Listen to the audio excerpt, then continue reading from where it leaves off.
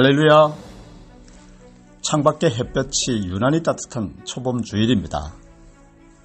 두터운 외투를 벗고 나들이 하기 좋은 계절이죠. 하지만 아침 저녁 일교차가 커요.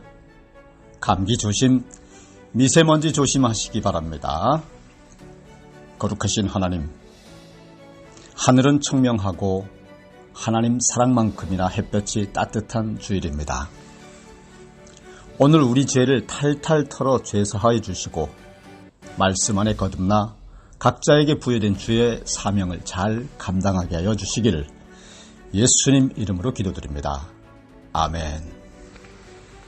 사랑하는 여러분, 말씀이 하나님이신 것을 믿으시면 아멘 하시기 바랍니다.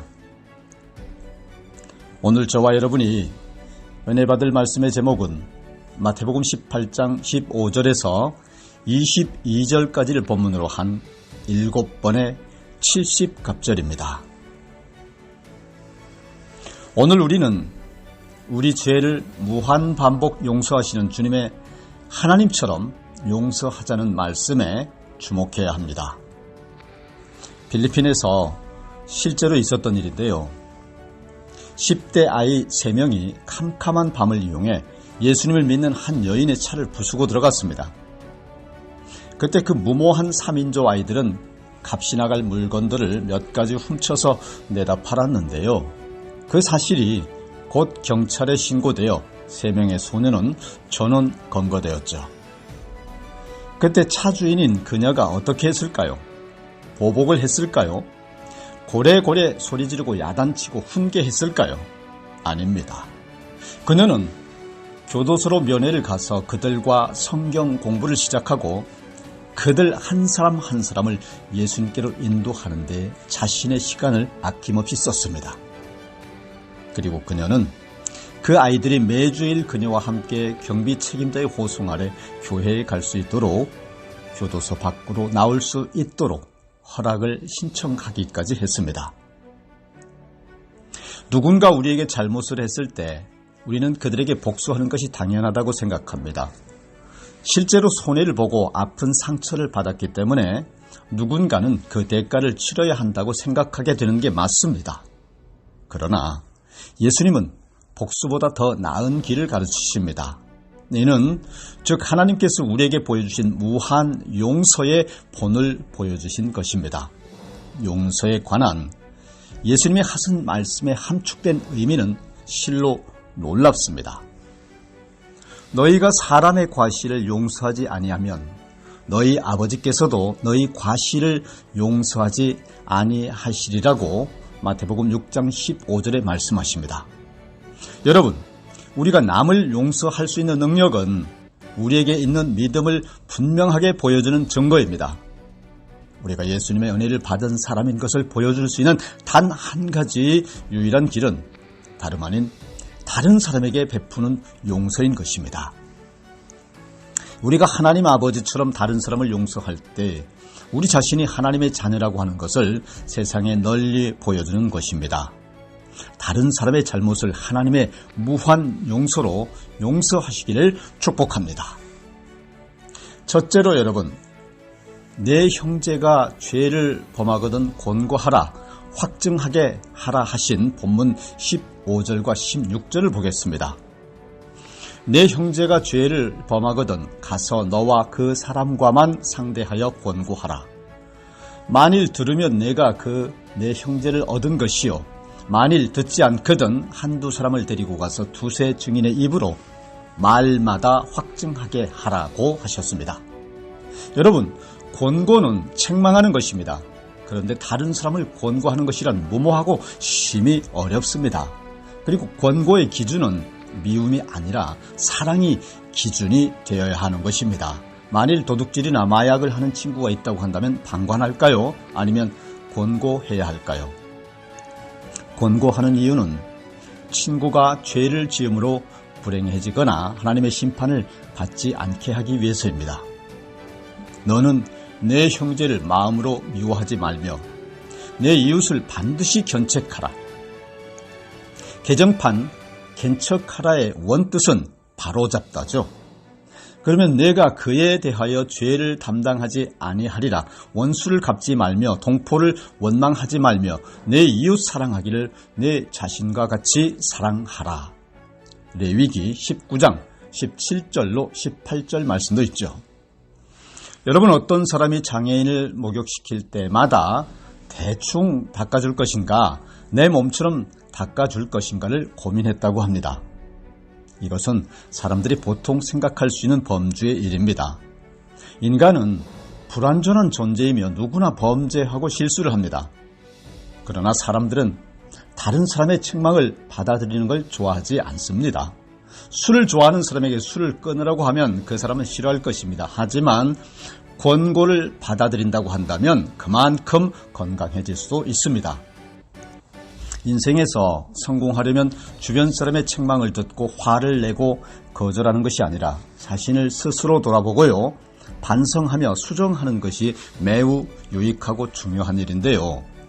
교만한 사람은 주변 사람의 책망을 전혀 받아들이지 못합니다. 내가 뭔데 건방지게 나에게 이래라 저래라 하는 거야 라고 분을 냅니다. 거만한 자를 징계하는 자는 도리어 능욕을 받고 악인을 책망하는 자는 도리어 흠을 잡히느니라. 거만한 자를 책망하지 말라. 그가 너를 미워할까 두려우니라. 지혜 있는 자를 책망하라. 그가 너를 사랑하리라 라고 잠언서 9장 7절로 8절에 말씀하셨습니다. 여러분, 형제 자매가 죄를 범하면 권고해야 합니다. 두세 사람을 통해 죄를 확증해야 합니다. 이처럼 진정으로 이웃의 죄를 사랑으로 견책하시기를 나사렛 예수 그리스도 이름으로 축복합니다.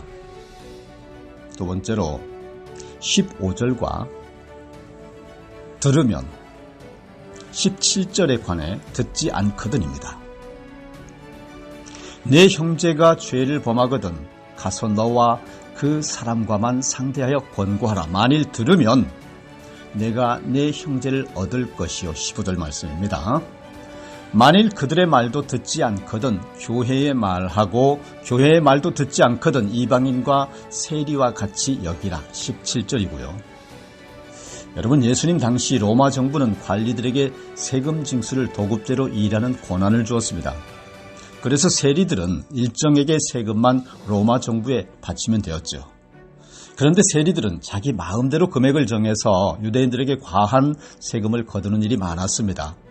세리들은 로마 정부가 요구하는 액수 이상의 세금을 거두어 자기 몫으로 착복하기 일쑤여서 유대인들의 원성을 샀습니다. 이렇게 세리들은 하나님과 유대인들에게 죄를 지었습니다. 그러니까 유대인들은 세리인들을 이교도 정부를 위한 심부름꾼 정도로 생각했고, 이교도와 마찬가지로 유대 공동체의 종교 생활에 참여하지 못하도록 했습니다.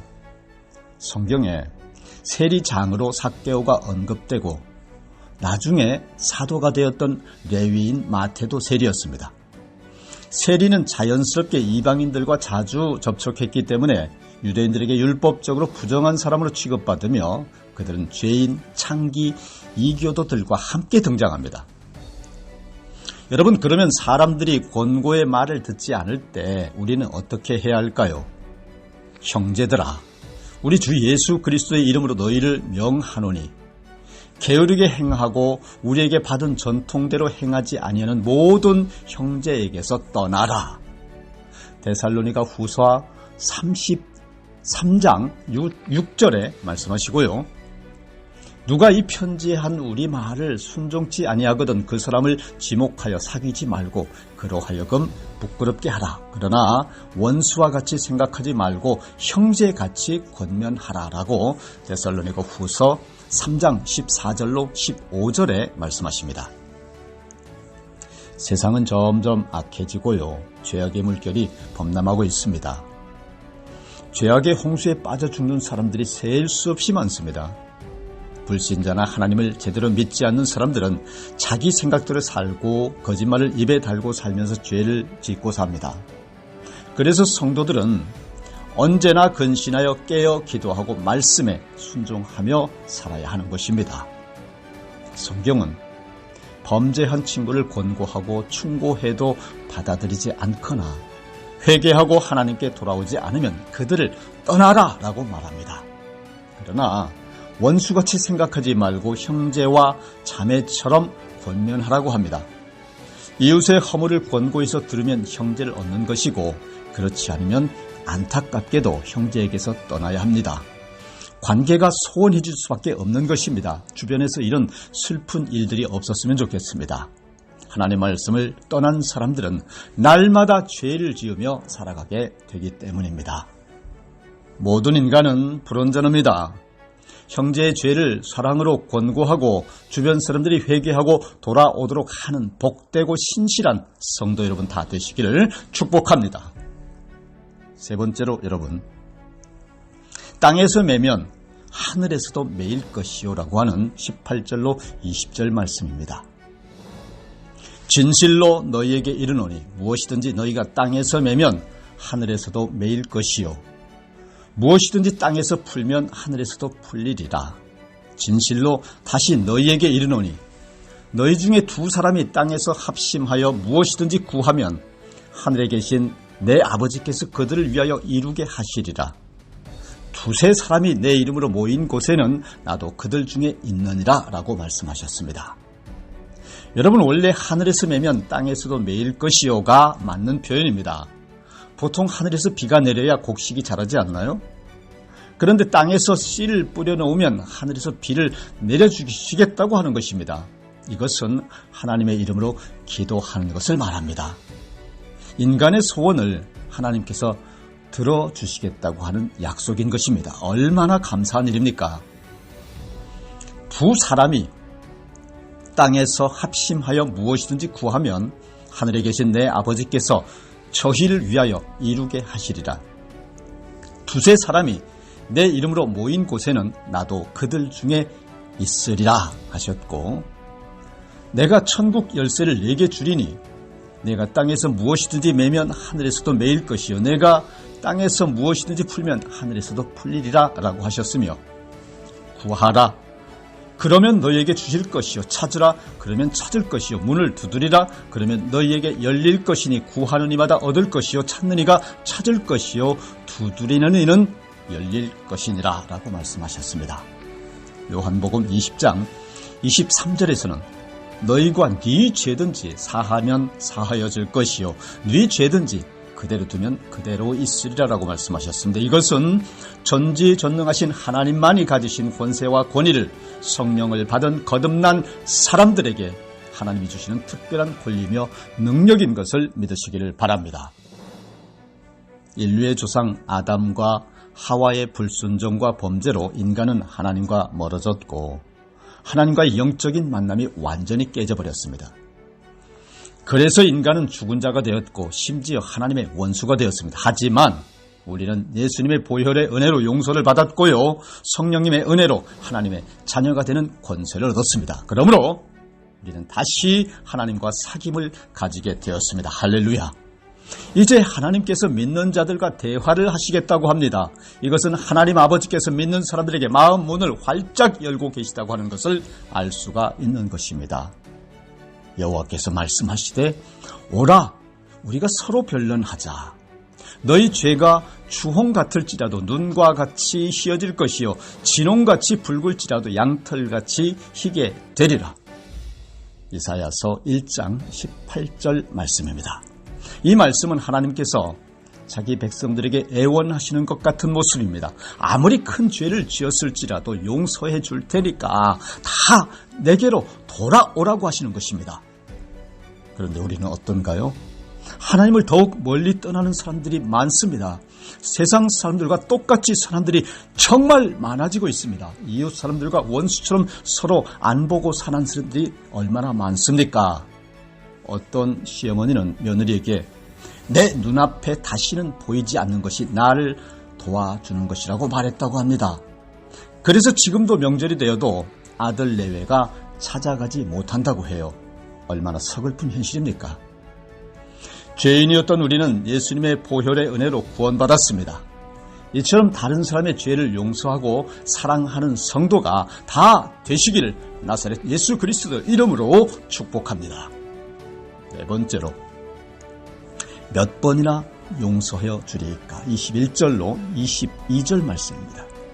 그때에 베드로가 나아 이르되 주여 형제가 내게 죄를 범하면 몇 번이나 용서하여 주리이까? 7번까지 하오리이까? 예수께서 이르시되 내게 이르노니 7번뿐만이 아니라 7번을 70번까지라도 할지니라. 예수님은 7번을 70번까지라도 할지니라 라고 말씀하셨습니다. 세상에 여러분, 490번 계속 용서하라고 하는 것입니다. 말씀을 정리하겠습니다. 어떤 사람이 만취한 장애인에게 평생 동안 들을 욕설을 한 번에 다 들었다고 합니다. 그런데 장애인은 다음 날이 되면 자기가 한 말이나 행동을 전혀 기억하지 못하는 알코올성 치매가 있었습니다. 어느 날 그는 전동 휠체어로 건물의 문을 부수고요, 여러 사람을 다치게 했습니다. 결국 그는 고소를 당했다고 합니다. 그리고 며칠 후 치매 환자는 사람들에게 들었는데 내가 내게 잘못한 게 많은 것 같다, 용서해 달라고 했습니다.